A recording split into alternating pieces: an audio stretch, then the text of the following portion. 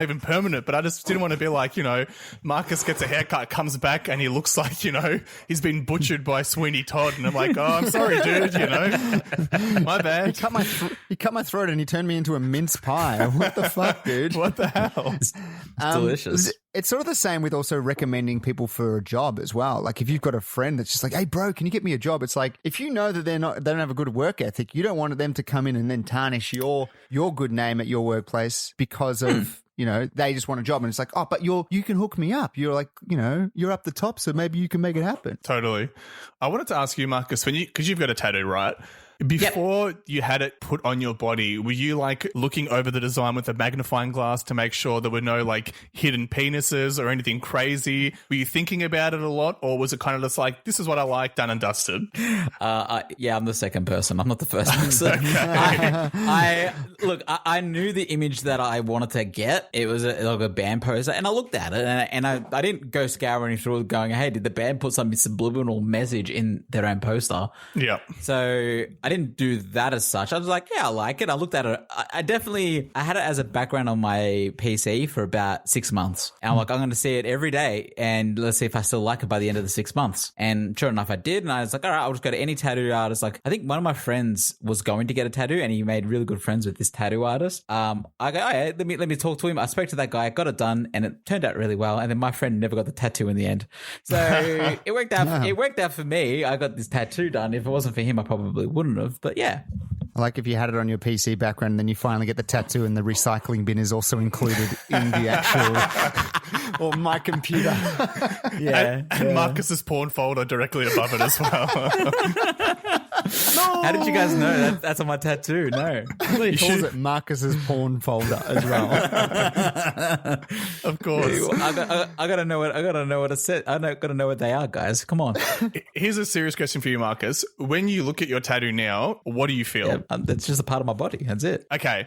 So I don't have any regret. That's a good answer. Yeah. That's all I need, because what this guy has robbed his friend of is every time they look at that dice tattoo, instead of feeling joy or just like, I like this on me, it's anger. It's I've got 69 on my arm. It's I'm upset. I'm embarrassed. He's like it's meant to be a nice thing, and he's robbed his friend of that. Yeah, exactly. I feel like though in these situations though, Marcus did the right thing as far as you've brought the artwork to them to say this is what I want, whereas this person had someone sort of like, throw it together and do this, and they sort of changed a little bit to make it suit them. So I mean, if you're coming in with a clearer idea, it's almost like the better you can describe something, like even if you're going to get a haircut or something, if you have like pictures, if you have more sort of resources for them to reference, they can go, cool, I know exactly what you're after. But like things like that, you can almost be like, if you're giving someone a bit of free reign creatively, you have to assume that they might do something that you're not going to necessarily agree with. They might have thought they found it funny and be like okay with it, but then it's like, no, you don't really know the humor or something. Yeah. I have you guys seen how like in tattoo artists they usually do sketches? It's usually in like a blue pen or whatever it is. It's often very hard to actually read as well. Yeah. So it could have been very easily missed that was 69 until it was on her body, and then she's looking at the whole piece and then not realizing it as well. So I feel like the tattoo artist here has done the dog, and the thing that annoys me about good. The thing that annoys me about this joke tattoo is that it's not even like creative. Like it's just 69. He should have been subtle with it and just done like a 2 and a 1, so it looks like the Domino's logo, like something a bit more, That's just to really mess with him. Yeah, right. Hey, Domino's. Everyone like starts yelling at it. What's up, Domino? I think an answer or a solution for Bruce Willis here is I can see a very easy way of fixing this tattoo, and that's just changing that 9 into another 6. It's very easy. You just probably fill it in. So offer it for free, get it done, and just say, look, I'm really sorry. I'll fix it for free. Let's just put this behind us. I think that's the way to go about it. That just reminded me, speaking of the whole domino thing, Domino's actually once did a contest where it was like, hey, if you get a tattoo of our logo, you get a year's supply worth of pizza, right? And it was meant to go for 2 months, but the hilarious thing was so many people started getting Domino's tattoos that they called the competition off after like 5 days because they're like, no, too much free pizza. Cut it off. They're like, actually easier for us to start offering people like shares in the company because like we can divvy off. We're like, we're not liquid. We don't have liquid. So we can just offer them these shares instead. I also just like them being like, we thought people hated our pizza. What the hell's going on? Why are so many people willingly getting our logo? But I wanted to Yeah. ask you guys, if you look, let's say someone presented you with, hey, you will get a lifetime supply of this product if you get a tattoo of the company's logo. What do you think it would be? What would you guys be okay with getting in a prominent place as well? A prominent place? When Like you say what? Like- when you say prominent, yeah. Let's When you say like prominent, like your shoulder, your wrist, somewhere where people will actually okay. see it. Yeah, you have to not flash like your butt it in cheek. order to get. You got to flash it in order to get the free whatever it is. Let's Well, just that say. was a stipulation of the Domino thing. It was like it has to be in a prominent place, otherwise, no pizza. Yeah. Look, I think I'm just trying to think about what I spend money on as far as on the regular, right? And when I think of on the Nappies. regular, I think, I think of they're adult diapers is what I really spend all my money on. Huggies. He wants Huggies. That's it. Yeah. No, but I'm thinking, and I don't know if this is a bad decision, and I'll tell you why.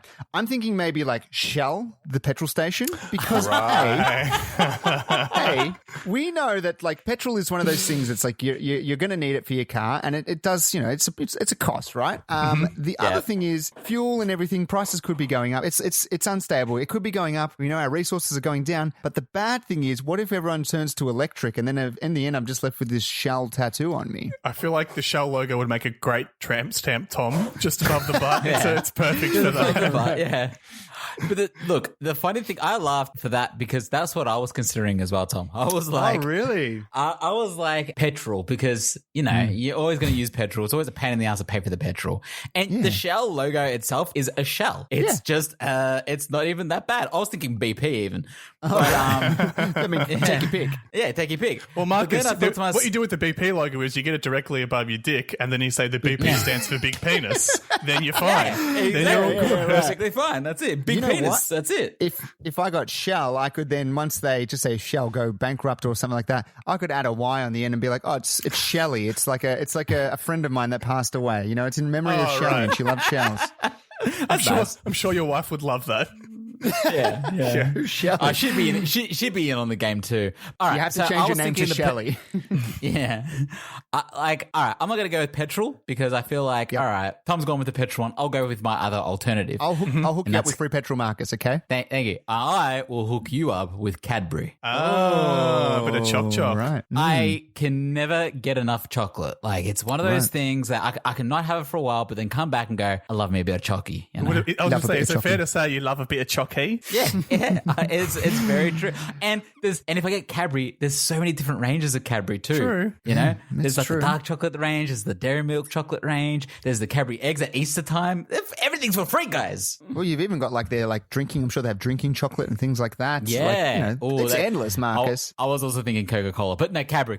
We'll go Cadbury. Right. The thing about Cadbury is I think they've trademarked that purple color. So maybe like you could be the only person that's able to use that exact color, Wow. like swatch, Yeah. that exact color Yeah. on your body because you're like, you know what? I'm hooked up. I'm Cadbury man. I'm Mr. Cadbury. Yeah, I would get it. You know those arm tattoos that have like the like people have them on their arms, like their names. Yep. Yeah, on their forearm. That's what I'd get too. That's what I would get it. You and me know what, fuck with it. our With my our- tramp stamp and yours on the arm. What about Damien Yeah. then? What would you get? I'm glad you guys made me go last because I almost said something really dumb. I was thinking, it would be awesome to get like free airfare, right? To travel wherever you want all the time.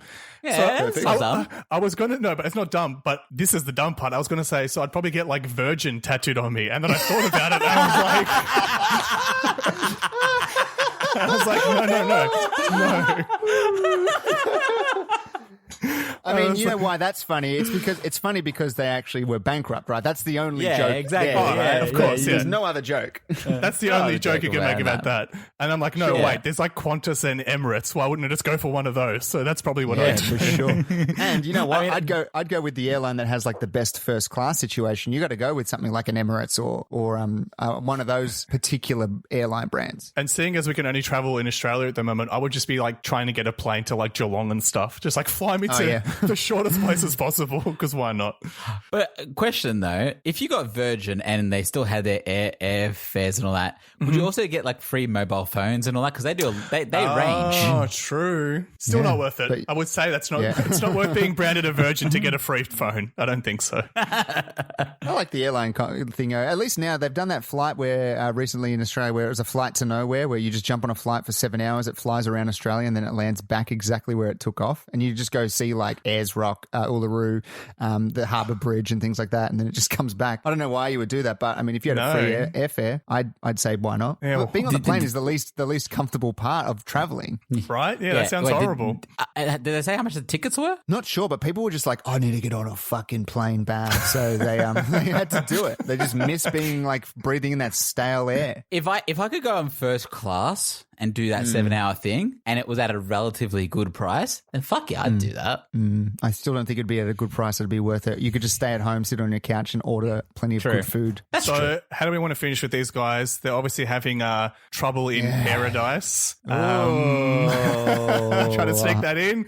Very nice. I think we kind of summed it up well. Like, he did the wrong thing. You've branded your friend the 69 dice person forever now. Yeah. And you owe them either like a refurbish on their tattoo or removing it for them, paying for the removal. Yeah, I think the refurbish is a good idea. Maybe make the 6 another 9, and you've just got 99 problems, and it's the fact that dice don't have 9 on. Yeah, right. Like it then it sort of has a bit of ironic twist. It's like, it's my 99 problems dice tattoo because it was a problem first up. I don't know. Maybe that's what you can do. We demand a re-roll. I think that's fair. Yeah, that's fair. Okay, that's fair. Let's leave it there for Bruce Willis. Can I go next with this one?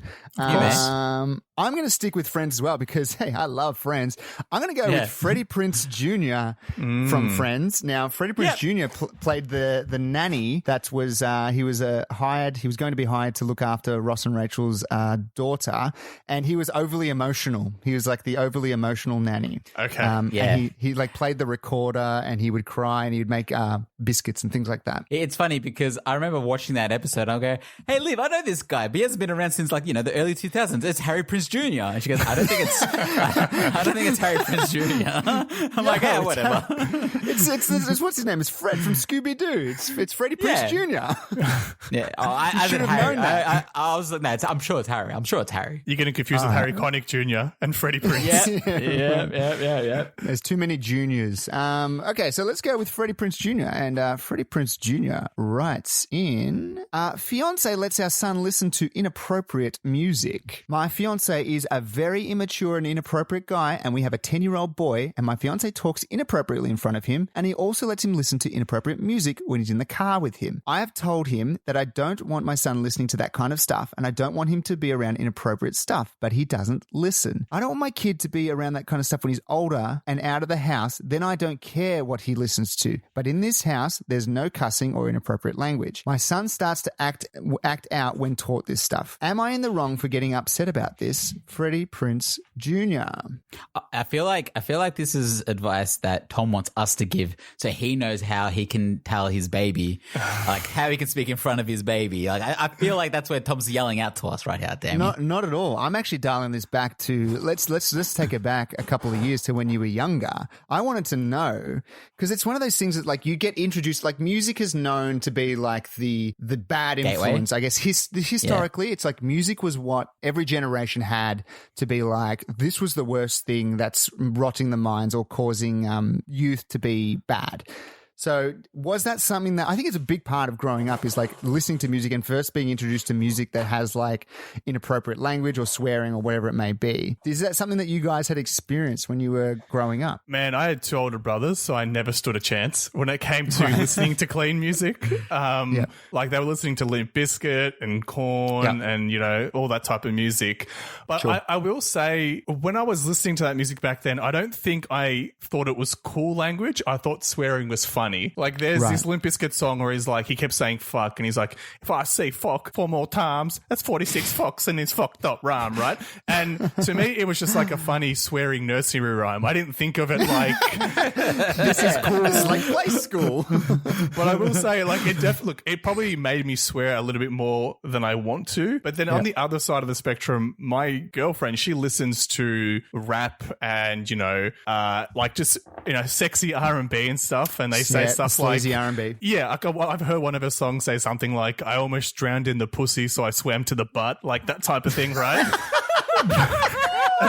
That's a real lyric, by the way. Damn, Who Ja sings Rule. that? Damn, Ja I'm Rule. pretty sure that's a little Wayne joint. I'm pretty sure. Oh, yeah, right. Wow. But the thing is, right, my girlfriend, I couldn't pay her to swear. It's not in her vocabulary. I'll even say to her, just give me a shit. Just give me anything. And she's like, no, it's not my thing. It's poo-poo. It's poo-poo, Yeah. Damien. Yeah. Is it? Do you feel like that's her way of letting out